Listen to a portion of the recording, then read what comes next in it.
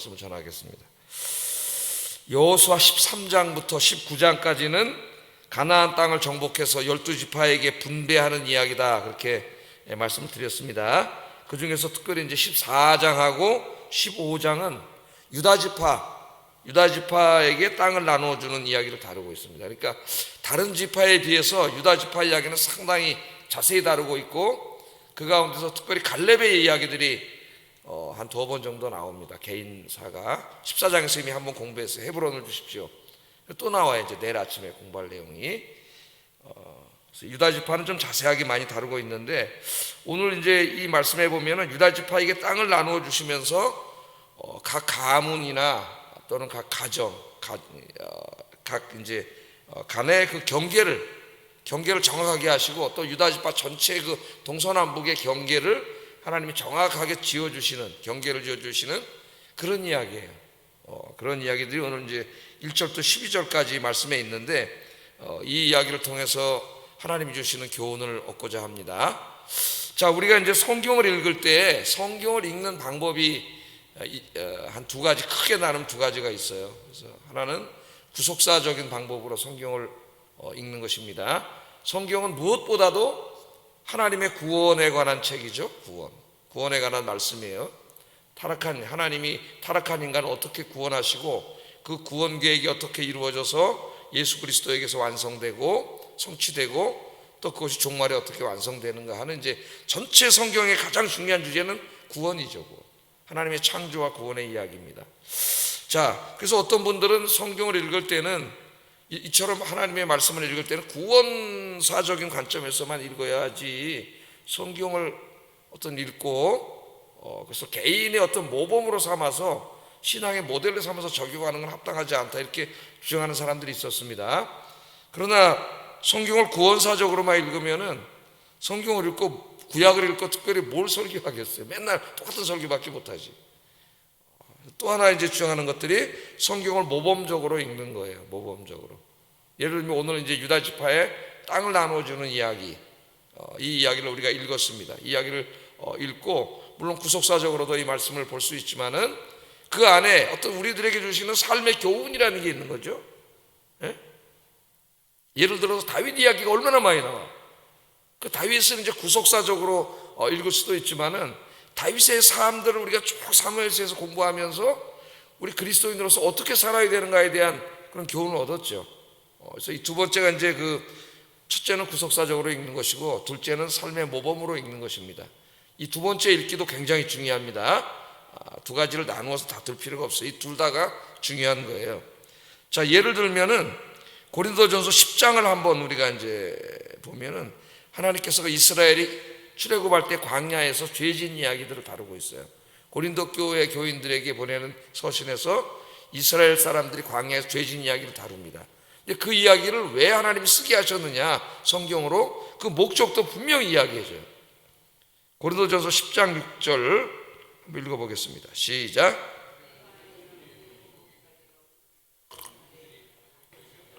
즐겨하는 자가 되지 않게 하려 함이니, 그러니까 구속사적으로만 성경을 읽는 것이 아니라 여기 모범적으로 읽으라 그랬잖아요. 뭐라 그래요?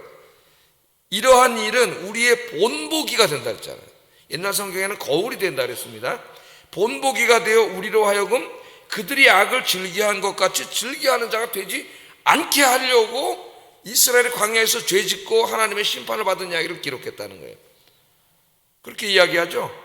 구속사적으로도 우리가 읽어야 되지만은 그 이야기가 우리 삶의 모범이 된다는 겁니다. 거울이 되고 본보기로 삼으려고 하나님이 성경에 그 이야기를 집어넣었다고 이야기해요. 또 조금 더 읽다 보면은 고린도전서 10장 11절도 한번 읽어봅니다. 시작. 또한 말세를 만난 우리를 깨우치기 위하여 기록되었느니라. 그러니까 성경 읽기 2가지가 다 중요한 거예요. 성경을 너무 모범적으로만 읽으면은 어떻게 보면 그러면 그게 다라 그러면 교훈집밖에 안 되죠. 그러나 그보다 더 중요한 거는 하나님의 구원의 역사가 저 아담부터 어떻게 이렇게 이루어져 가는가를 연구하는 것이 중요하고, 그러나 그것만 있는 것이 아니라 그 드라마 속에 있는 수많은 성경의 인물들 이야기를 기록했잖아요. 그 이야기 하나하나는 그것이 좋은 이야기일 수도 있고 나쁜 이야기일 수도 있습니다. 그 사람의 신앙에 관한 이야기일 수도 있고 불신앙에 관한 이야기일 수도 있어요. 의를 행한 이야기일 수도 있고 죄 지은 이야기일 수도 있어요. 성경은 그걸 다 기록합니다. 그 거룩한 경전에 그 별 이야기를 다 기록하고 있죠. 그렇게 한 것은 말세를 살아가는 우리를 어떻게 하려고요? 본보기로 삼게 하려고, 교훈을 주려고 하나님이 쓰셨다, 그렇게 말씀을 주셨습니다. 그래서 이 두 번째 성경 읽기도 굉장히 중요해요. 오늘 왜 제가 이 말씀을 드리냐면은 오늘 유다 지파 땅 분배에서 배우는 삶의 교훈이에요. 땅 분배 이야기는 나중에 하나님께서 이제 우리에게 하나님 나라를 완성해주는 이 구원사의 중요한 종말론적인 의미가 있지만 또 이 자체 속에서 우리 삶에 어떤 교훈을 주시는 거죠. 깨우쳐 주시기 위해서 이 말씀을 주셨는데, 제가 이제 여기서 찾은 것은 왜 하나님이 이렇게 경계, 오늘 보면 경계 얘기가 많이 나오죠. 동쪽, 서쪽, 남쪽, 북쪽 경계를 지으라는 얘기를 계속 강조하셔요. 나머지는 다 이제 땅 지명 이름이라서 우리나라 지명도 잘 다 모르는데 이스라엘 발음하기도 어려운 지명들 다 이야기를 하시는데, 오늘 핵심은 하나님이 경계를 분명히 해주셨다는 겁니다. 경계. 그래서 오늘 이제 12절까지 읽었는데 여러 번 나와요. 2절에도 보면 또 그들의 남쪽 경계는 그렇게 나오죠. 4절에도 보면은 경계의 끝이 되나니, 그러니까 경계가 시작되고 끝나고 분명히 이걸 하고 있습니다. 또 5절에도 그 동쪽 경계는 또 나오죠.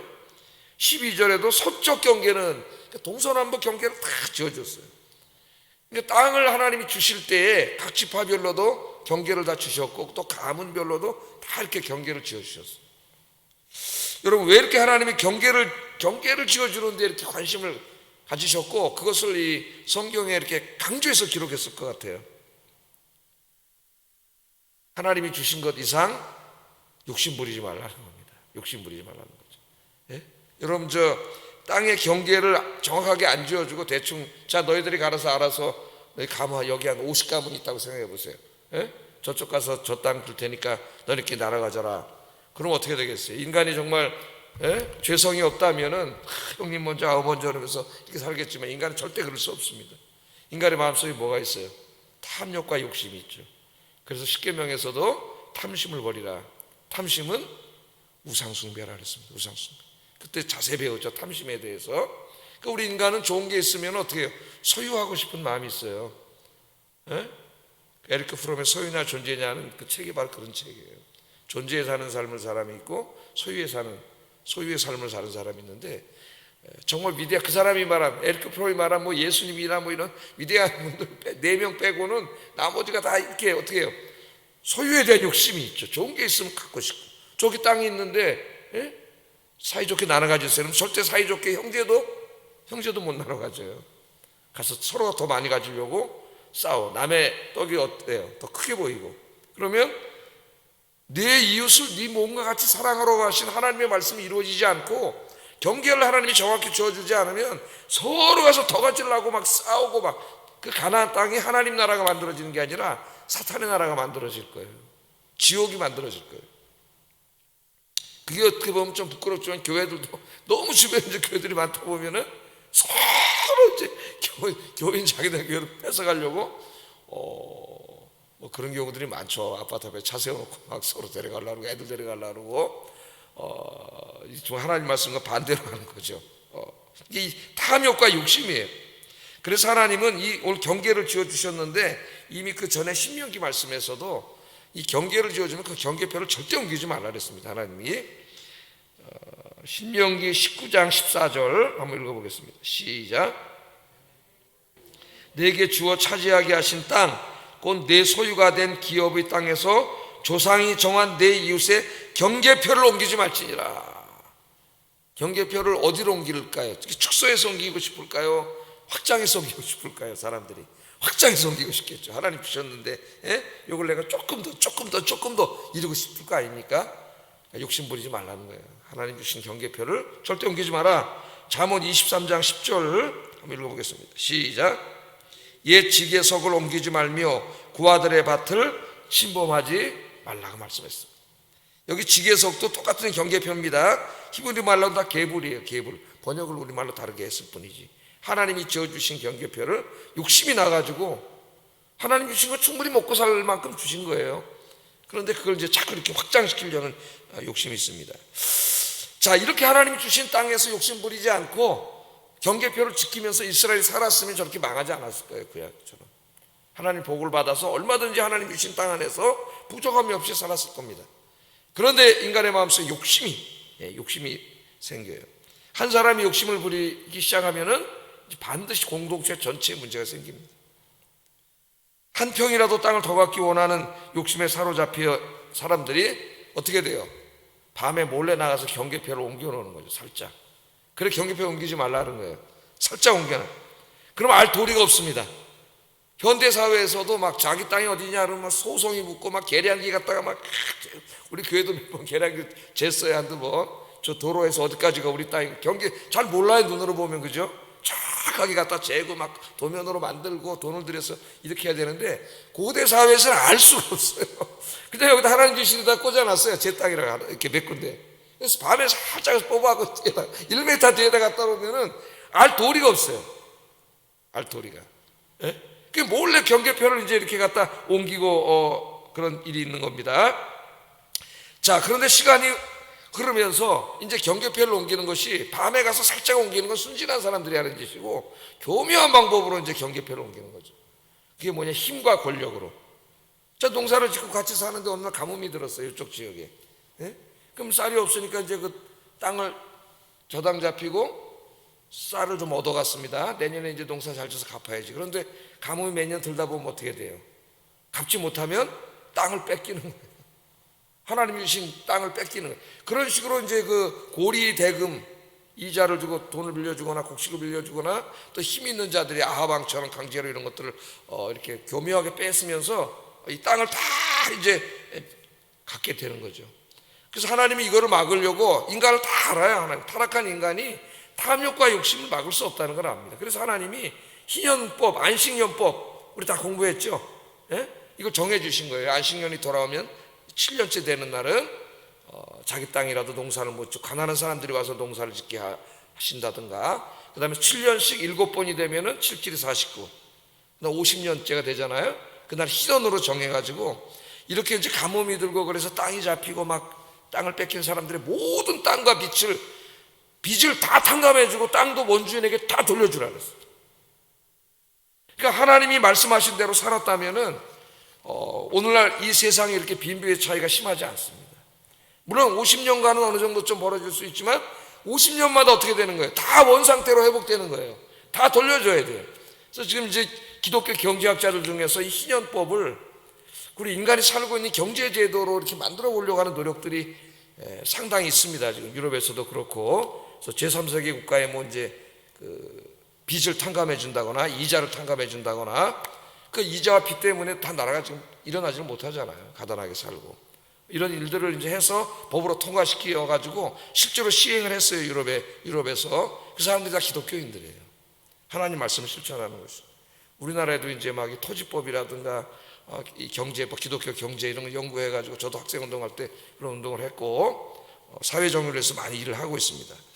하여튼 나중에 이걸 안 지켜 가지고 이사야 시대에 오면은 힘 있고 돈 있는 몇 사람이 이스라엘의 땅을 다 소유하게 됐어요. 그래서 하나님이 그들을 향하여 엄중한 경고와 책망을 하시죠. 이사야 5장 8절 9절 한번 읽어보겠습니다. 시작. 빈틈이 없도록 하고 이 땅 가운데서 홀로 거주하려는 자들은 화가 있을진저 만군의 여호와께서 내 귀에 말씀하시되 정령이 허다한 가옥이 황폐하리니 크고 아름다울지라도 거주할 자가 없을 것이며. 이사야 5장을 읽으면 다 나와요. 3장부터 읽어보면은 그 돈으로 그렇게 부당하게 번 돈으로 또 그 여성들이 가서 사치하고 막 이런 삶에 대해서 하나님이 엄청나게 책망합니다. 심판하시겠다고. 아마 이제 이 본문을 읽고 어디 좀 부유한 동네 가서 설교를 하면 저 얼굴이 시뻘게 좀 깜짝 놀라고. 그냥 자유본주의 사회 안에서 누구나 하는 짓이고 그냥 그렇게 투기하고 투자 막 이렇게 해가지고 불로소득도 엄청 벌고 그렇게 살아가고 있는데 하나님 여기에 대해서 엄청나게 책망을 하고 있다는 사실을 알게 되는 순간 깜짝 놀라요. 자, 오늘 제가 뭐 사회 정의나 경제 정의에 대해서 말씀드리려는 건 아니기 때문에 더 진정시키지 않겠습니다. 말씀을. 오늘 핵심은 뭐냐면 이런 모든 그 빈부격차라든가 이런 불평등, 이런 불의의 그 근저에는 뭐가 있어요? 인간의 욕심이 있어요. 탐욕과 욕심 때문에 이게 다 시작되는 거예요. 하나님 그걸 알기 때문에 탐심이 우상숭배예요. 그게 우상이에요. 하나님도 무시하고 말씀도 무시하고, 예? 그 강력한 힘이 뭐냐면 인간의 마음속에 있는 이 죄성이죠. 탐욕과 욕심입니다. 욕심. 그래서 목사님도 목회하다가 그냥 하여튼 남이 어떻게 했든 말든 그냥 우리 교회 남의 교회인들 다 뺏어야 되겠다. 예? 이게 부흥이 아니고 탐욕과 욕심이에요. 탐욕과 욕심. 예. 그래서 저기 어디 저 분당에 어떤 목사님이 그런 말을 들어봤는데, 내가 우리 교회 부흥이 옆에 있는 형제 교회들의 아픔을 통해서 이루어졌다는 걸 알게 됐습니다. 그 교회 사람 다 온 거지 이쪽으로. 물론 그 목사님 설교자로 유명하니까 왔을 거예요. 그러나 저 분당 이런 데서는 교회들 수백 개가 문을 닫았죠. 그래가지고 전도에서 온 게 아니라 한 군데로 집중한 거죠. 물론 그 사람은 능력이 있을 거예요. 안타까운 일입니다. 그런 것들이. 자, 그래서 오늘 하나님이 경계를 지어준 거는 하나님이 주신 것 이상 욕심 부리지 말라는 거예요. 이것이 잘못 이해해서 기독교인들은 더 노력해가지고 더 발전하고 더 확대하고 뭐 이런 걸 하지 말라는 말씀이 아니라 그 근본적으로 그 욕심이죠. 욕심, 탐욕. 내가 다 갖고 싶어하는 거 갖지 말라는 거예요. 그래서 하나님 우리에게 주신 것들이 많이 있습니다. 가정도 주셨고 남편도 주셨고 아내도 주셨고 자녀도 주셨고 생업의 터전도 주셨는데, 하나님이 나에게 주신 모든 것들에 대해서 자족하고 감사하며 사시는 여러분 되기를 주의 이름으로 축복합니다. 내 남편을 바라보면서도 하나님 나에게 허락하신 남편에 대해서 감사, 내 아내를 바라보면서도 하나님 주신 아내에 대해서 감사. 그 이상의 탐욕과 욕심을 부리면 다른 사람하고 비교하게 되고, 다른 사람 남편, 다른 아내 다 비교하면 돈을 어떻게 벌고 자기 스스로가 불행해지는 거예요. 재밌는 이야기가 있습니다. 부부 이야기 중에 결혼 30주년을 맞이한 이제 60살 동갑 부부가 있었습니다. 저는 저희 사람하고 이제 한 살 차이 나는데요. 친구처럼 삽니다. 그래서 한 살 차이 나가지고 대학 학벌은 같아요. 30주년 돼서 이제 60살에 30주년이 된 거예요. 그러니까 30살에 결혼했겠죠. 결혼기념일이 됐는데 이제 이게 재밌는 이야기입니다. 천사가 나타나서 소원을 말하면은 한 가지씩 들어주겠습니다. 결혼 30주년 날. 그랬더니 아내가 이제 뭐라 하냐면, 내가 해외여행을 한 번도 못 해봤는데 세계 일주 여행을 한번 시켜주세요. 그랬더니 천사가 진짜 항공권과 여행 경비를 딱 주는 거예요. 소원 들어주는. 예? 남편이 이제 소원이 이루어지는 걸 보고 깜짝 놀랐어요. 60살인데 동갑 부부인데. 천사가 이제, 당신은 그럼 남편한테 소원이 뭡니까? 그랬더니 남편이 뭐라고 소원을 했을 것 같아요? 예? 저보다 30살 젊은 여자와 함께 살았으면 좋겠습니다. 30살 젊은 여자와 함께 우리 딸이 나랑 30살 차이 나는데 30살 젊은 여자 살았으면 좋겠습니다. 그랬더니 천사가, 야, 그거 좀 이상한 소원도 다 있다. 그러더니 그 할아버지를 90살이 되게 했다는. 90살이. 아내가 30살이 된 게 아니라 자기가 90살이 됐다는 거예요. 재밌는 이야기지만은 잠언 5장 18절에 뭐라 그랬어요? 내가 젊어서 전 아내를 즐거워하라. 하나님 그러셨잖아요. 감사하세요. 자녀들에 대해서도 너무 지나치게 막 세상적인 욕심 부리지 말고 그들이 하나님 안에서 잘 행복하게 살면은 감사하는 것이죠. 생업의 터전, 돈에 대해서도 너무 욕심 부리지 말고, 물론 더 열심히 벌어서 좀 뭐 하는 게 나쁜 건 아닙니다. 좋은 일에 쓰면 되는 거죠. 하나님을 위해서. 그러나 너무 욕심 부리지 말자. 너무 욕심 부리지. 정호승 씨가 쓴 그 수필집에 연꽃에 관한 이야기가 있는데 참 교훈이 됩니다. 연꽃 이파리가 얼마나요? 무지장 크죠, 연꽃 이파리가. 근데 그 조그만 줄기에 이렇게 이제 연꽃 이파리가 있습니다. 비가 오면은 어떻게 돼요? 이렇게 돼가지고 물이 고여요. 그 안에 연꽃을 보신 분은 알겠지만 이파리 물이 고이는데, 물이 이제 계속 고여서 계속 고이면은 이 대가 얇아서 견디지 못해 뚝 부러집니다. 근데 연꽃은 굉장히 지혜로워요. 물이 막 있다가 이게 무게가 높아지면 싹 숙여져가지고 물을 다 쏟아버려. 그리고 다시 이렇게 와요. 또 물을 받아요. 이 일을 반복하기 때문에 부러지지가 않아요. 그러니까 그 연꽃 이파리에서 굉장히 중요한 교훈을 주는 거죠. 너무 욕심부리면 부러져. 그런 사람들 얼마나 많이 부러져요. 너무 욕심부리면. 적당히 비울 줄 알아야 돼요. 비울 줄 알아요. 욕심과 탐욕 우리 마음속에서 비워내는 것이 굉장히 중요합니다. 실존주의 철학자이면서 독실한 그리스도인이었던 덴마크의 철학자 중에 키엘케고르라고 하는 사람이 있는데, 이 사람이 이제 그 욕심에 사로잡혀 사는 인생의 어리석음에 대해서 비유로 얘기를 했어요.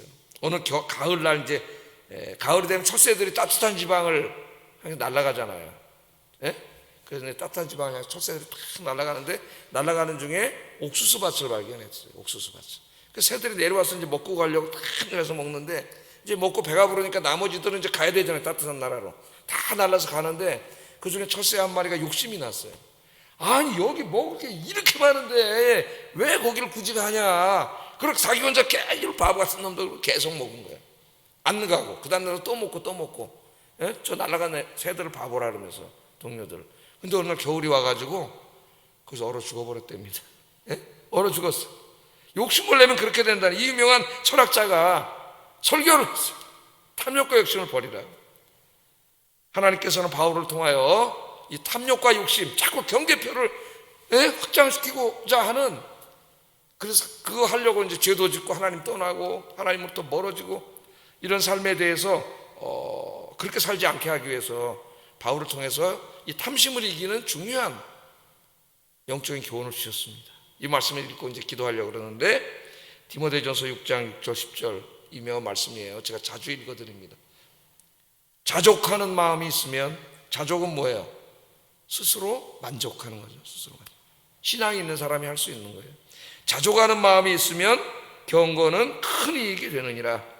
우리가 이 세상에 아무것도 가지고 온 것이 없음에 또한 아무것도 가지고 가지 못하리니 우리가 먹을 것과 입을 것이 있은즉 족한 줄로 알 것이니라. 부하려 하는 자들은 시험과 올무와 여러 가지 어리석고 해로운 욕심에 떨어지나니 곧 사람으로 파멸과 멸망에 빠지게 하는 것이라. 돈을 사랑함이 일만하게 뿌리가 되나니 이것을 탐내는 자들은 미혹을 받아 믿음에서 떠나 많은 근심으로써 자기를 찔렀도다.